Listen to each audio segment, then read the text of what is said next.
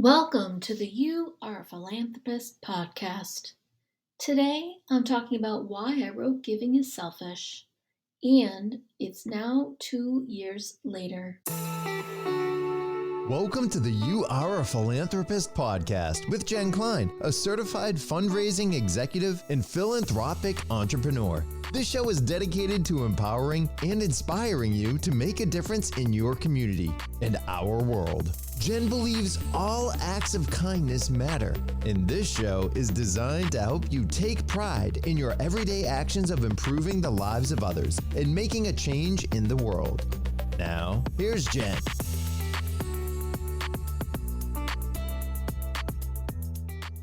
I honestly can't believe I'm saying this, but it has officially been 2 years since my book Giving is Selfish came into the world. When I first sat down to write this book, I had no idea how far its message would ripple. I didn't have a publisher. I didn't have a massive marketing budget. What I did have was a deep conviction and a story I knew that needed to be told.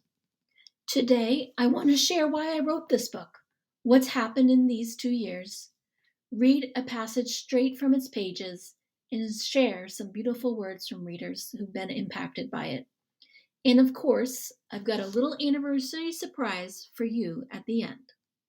The idea for Giving is Selfish started out as a whisper, the kind that tugs at your heart for months before you finally say, okay, I'm listening. For years, I poured myself into giving. Through my work in philanthropy, my role as a mom, my involvement in my community, and eventually through coaching. And somewhere along the way, I noticed something. The givers I knew, including myself, were exhausted. We were showing up for everyone else. We were giving our time, our energy, our love, our resources. But inside, we were running on fumes. The world tells us this is noble, that giving should cost us something.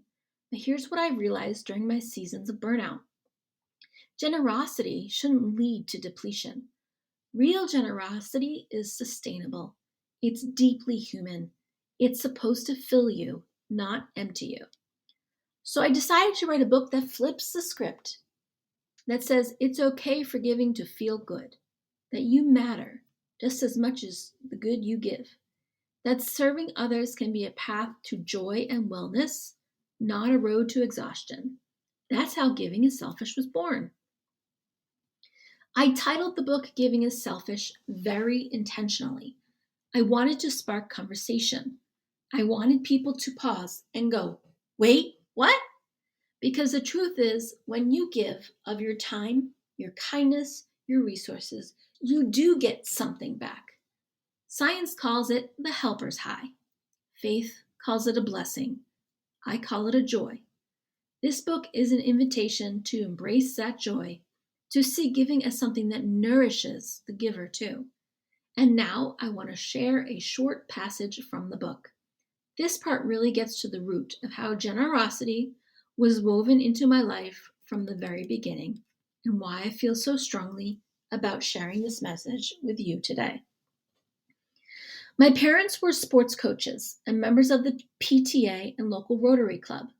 My dad was even elected to the public school board, which he has served for over 20 years and is currently the president of.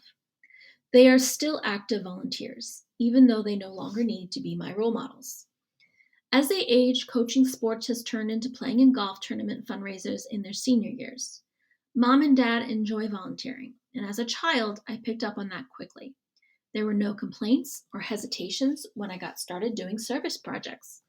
I did it because everyone else around me was doing it, and I just wanted to do what everyone else was doing and enjoy being together. Plus, it was fun. Sometimes it feels counterintuitive, though. It struck me in conversation I will never forget. At some point in college, my friend from home told me she dreamed of being a jet setter.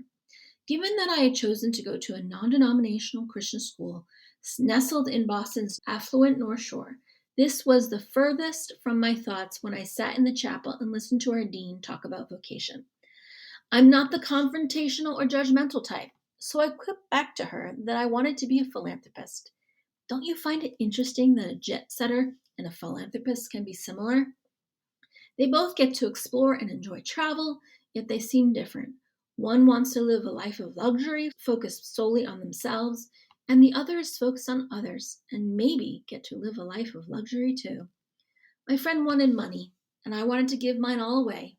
I didn't have a lot of money at the time, just the $60 I'd make on a Friday or Saturday night babysitting gig.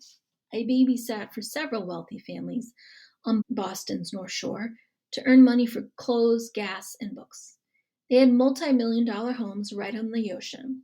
They were so kind to me and so down to earth. It's nice to have money, and we all need it, but it's not all that you need in life. Unbeknownst to me, I was learning lifelong lessons on wealth, philanthropy, and money. Altruism and charity, whether they are recognized or not, with a group or through personal decisions, are how you can find deep fulfillment and joy. Former British Prime Minister Winston Churchill said, "We make a living by what we get, we make a life by what we give."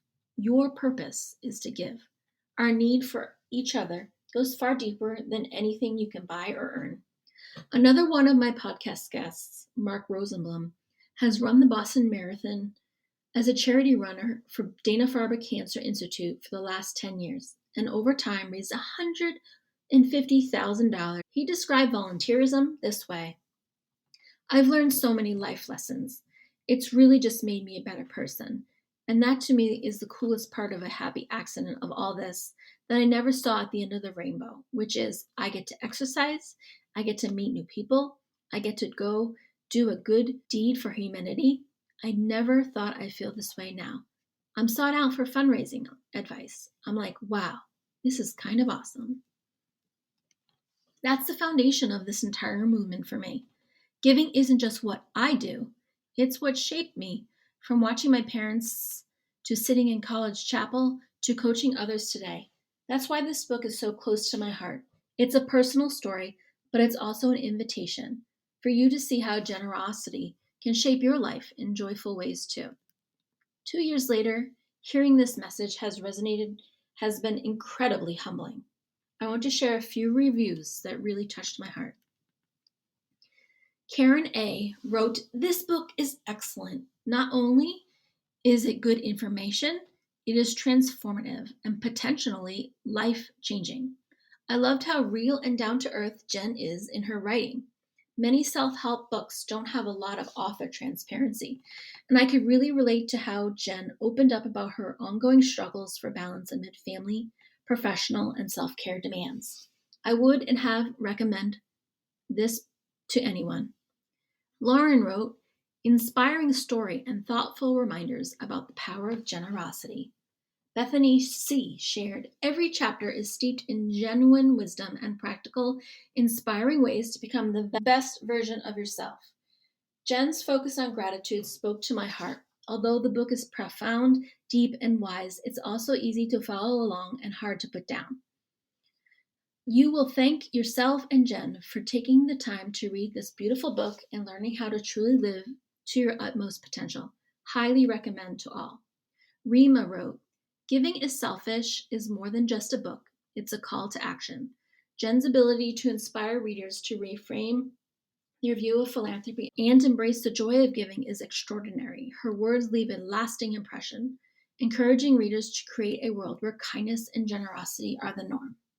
And G. Davis said, "During a cold East Coast winter weekend, I couldn't put this book down. My favorite quote was based on the theme of the book.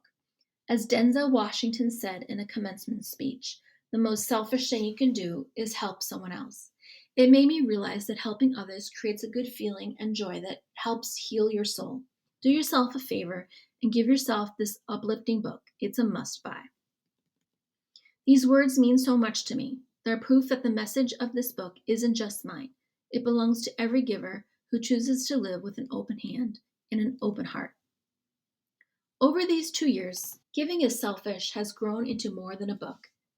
It's become a podcast with over 55 episodes, a growing community of everyday philanthropists, a coaching practice that helps people refill their cup and rediscover their joy, and most importantly, a movement reminding people that giving is good for the soul. I've watched readers pass the book along to friends, Quote it in messages and share how the relationship to giving has changed. That ripple effect is exactly what I hoped for. So here we are, 2 years later. I'm filled with so much gratitude for every single person who's read Giving is Selfish, shared it, recommended it, or simply carried its message forward in your own acts of generosity. To celebrate this milestone, the book is on special sale through the end of the month. You can grab your copy on Amazon for yourself or gift it to someone in your life who gives so much of themselves. And if you've already read it, leaving a quick review is one of the most powerful ways to help an independent author like me spread the message even further. And before I close, I want to give a special thank you to every single reader, not just here in the United States, but around the world. When I first published this book, I never imagined that people in Canada, Germany, the Netherlands, and Australia would be reading Giving is Selfish. It's such a reminder that generosity is a universal language. Whether you're volunteering in your local community, mentoring someone at work, or simply showing kindness to a neighbor. From my heart to yours, thank you. If you're listening from outside the US, I'd love to hear from you. Tag me or send me a message and tell me how generosity shows up where you live. When I wrote this book, I hoped it would remind people that giving doesn't have to come at the expense of your well being, that you matter, that your joy matters, and that generosity can be something that fills you up, not drains you dry. 2 years in, that message feels even more urgent and even more beautiful. If Giving is Selfish has impacted you, I'd love to hear your story. Share it with me on LinkedIn, Instagram, or Substack, or leave a review and tell others how generosity has shaped your life. Thank you for walking with me in this journey. Here's to many more years of creating a ripple effect of good together. I'm Jen Klein, and you, my friend, are a philanthropist. See you next time.